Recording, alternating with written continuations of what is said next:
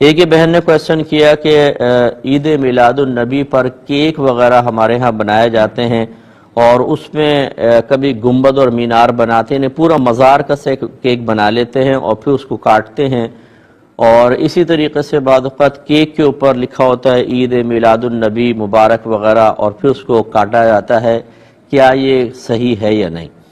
دیکھیں، اس میں دو چیزیں ہیں، ایک ہے کیک کا کاٹنا اور ایک ہے کہ اس طرح کی شبیہ بنا کر کاٹنا یا کیک پر لکھ کر پھر اس لکھے ہوئے کو کاٹنا، یہ دو الگ چیزیں ہیں۔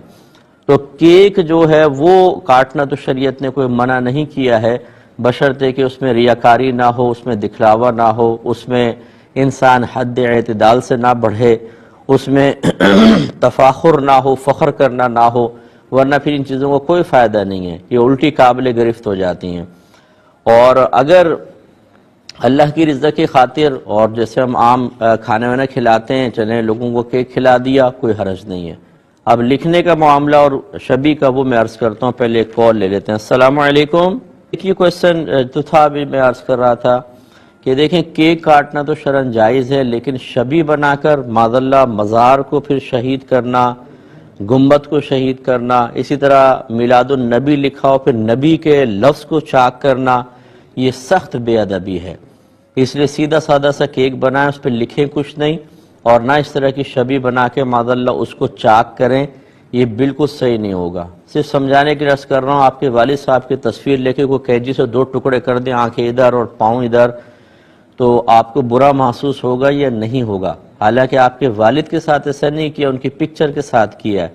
اسی طرح شبیہ کے ساتھ کریں گے تو یہ مناسب چیز نہیں ہے۔ اچھا، ولادت سرکار کی تاریخ سے متعلق اختلافات ہیں۔ بعض نے 12 کو ہی میلاد مصطفیٰ صلی اللہ علیہ وسلم کی تاریخ قرار دیا ہے، لیکن قوی دلائل 9 کے اوپر ہے، لیکن وہ لوگوں میں معروف ہو جاتی ہیں چیز، تو پھر اس میں کوئی حرج بھی نہیں ہے۔ تو اصل تو ہے خوشی کا اظہار۔ صحیح۔ تو یہ چونکہ نبی کریم صلی اللہ علیہ وسلم کی ولادت باسعادت سے متعلق مہینہ ہے، اس لیے آپ صرف 12 کو ہی نہیں بلکہ آپ دیکھیں پورے مہینے میں، بلکہ ہم اہل سنت میں تو اللہ کا شکر ہے کہ پورے سال ہی یہ معاملہ چلتا رہتا ہے، نعت خوانیاں، دیگر چیزیں، یہ معاملات چلتے رہتے ہیں، اور یہ محبت کی علامتیں ہونا بھی چاہیے۔ خاص یہ ان ایام میں اس لیے ہوتا ہے کہ یہ ہمارے نبی کریم صلی اللہ علیہ وسلم کی تعلیمات ہیں، اور خود قرآن نے اس طرف اشارہ بھی فرمایا۔ سورہ قدر میں دیکھیں اللہ تعالیٰ فرماتا ہے انا انزلناہ فی لیلۃ القدر، بے شک ہم نے اس قرآن کو لیلۃ القدر میں نازل کیا۔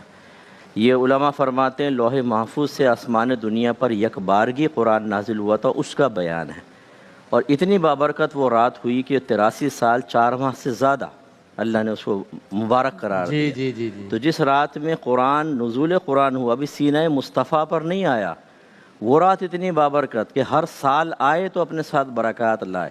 تو جس رات میں صاحب قرآن تشریف لائے ہوں تو وہ رات کیسی بابرکت ہوگی، اور کس قدر ہر سال وہ برکات لوٹتی ہوں گی، اس سے ہمیں اشارہ ملتا ہے۔ کیا کہنا ہے؟ اور نبی کریم نے جب ہجرت فرمائی تو آپ نے یہودیوں کو 10 محرم الحرام کو روزہ رکھتے ہوئے پایا، ان سے وجہ معلوم کی تو انہوں نے کہا کہ موسیٰ علیہ السلام اور آپ کی قوم کو اللہ تعالیٰ نے اسی تاریخ میں فرعون سے اور اس کی قوم سے نجات عطا فرمائی تھی، تو آپ نے بطور شکرانہ روزہ رکھا تھا، تو ہم بھی آپ ہی کی پیروی میں روزہ رکھتے ہیں۔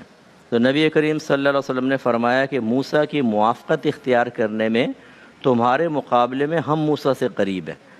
تو صحابہ کو فرمایا کہ آپ بھی روزہ رکھیں۔ عرض کی گیا رسول اللہ یہ تو یہود سے مشابہت ہو جائے گی، فرمایا پھر ایک دن پہلے یا بعد کو روزہ ملا لو، چھوڑو نہیں، مشابہت ترک کر دو لیکن یہ روزہ رکھو۔ اس سے معلوم ہوا کہ ایک مبارک واقعہ اگر ہوتا ہے، اللہ تعالیٰ کا انعام، اظہار فضل ہوتا ہے، تو اس میں ایک یادگار قائم کرنا بطریق عبادت، یہ ہمارے نبی کی بھی سنت ہے اور صحابہ کرام کی بھی سنت مبارکہ ہے۔ تو لہٰذا مسلمان کی اکثریت اور میجورٹی ہے جو اس طرح خوشیوں کا اظہار کر دیا، اس میں کوئی حرج نہیں ہے۔ سیدہ عائشہ صدیقہ رضی اللہ تعالیٰ عنہ کہتی ہیں سرکار نے کبھی کسی زوجہ پر ہاتھ نہیں اٹھایا، نہ خادم پر۔ سرکار اگر کبھی بہت زیادہ ناراض ہوتے تو وہ اتنا فرماتے تیری پیشانی خاکہ آلود ہو جائے، محاورتاً یہ جملہ ارشاد فرماتے، ورنہ سرکار نے کبھی بھی نہیں مارا۔ اس سے وہ ذرا گھر کے سرپرست درس حاصل کریں کہ جس کی باہر کوئی ویلیو نہیں ہوتی لیکن گھر میں داخل ہوتا ہے تو سلطان راہی یہی ہے، گنڈاسا نکال لے گا، مصطفیٰ قریشی بن جائے گا، بیوی کو ڈانٹ رہے ہیں، بچوں کے سامنے ذلیل کر رہے ہیں، اور یہ اور وہ، یہ بھی ایک تکبر ہے۔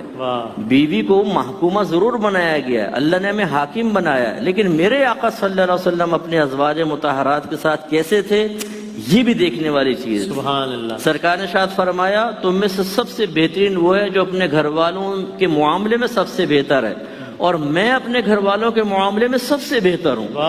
تو یہ جو سیرت کے پہلو ہیں، ان کو اگر ہم اپنا لیں، حقیقتاً گھر میں جھگڑا، فتنہ، فساد، لڑائی، یہ تمام چیزیں ختم ہوں گی، پیارا ماحول ہوگا۔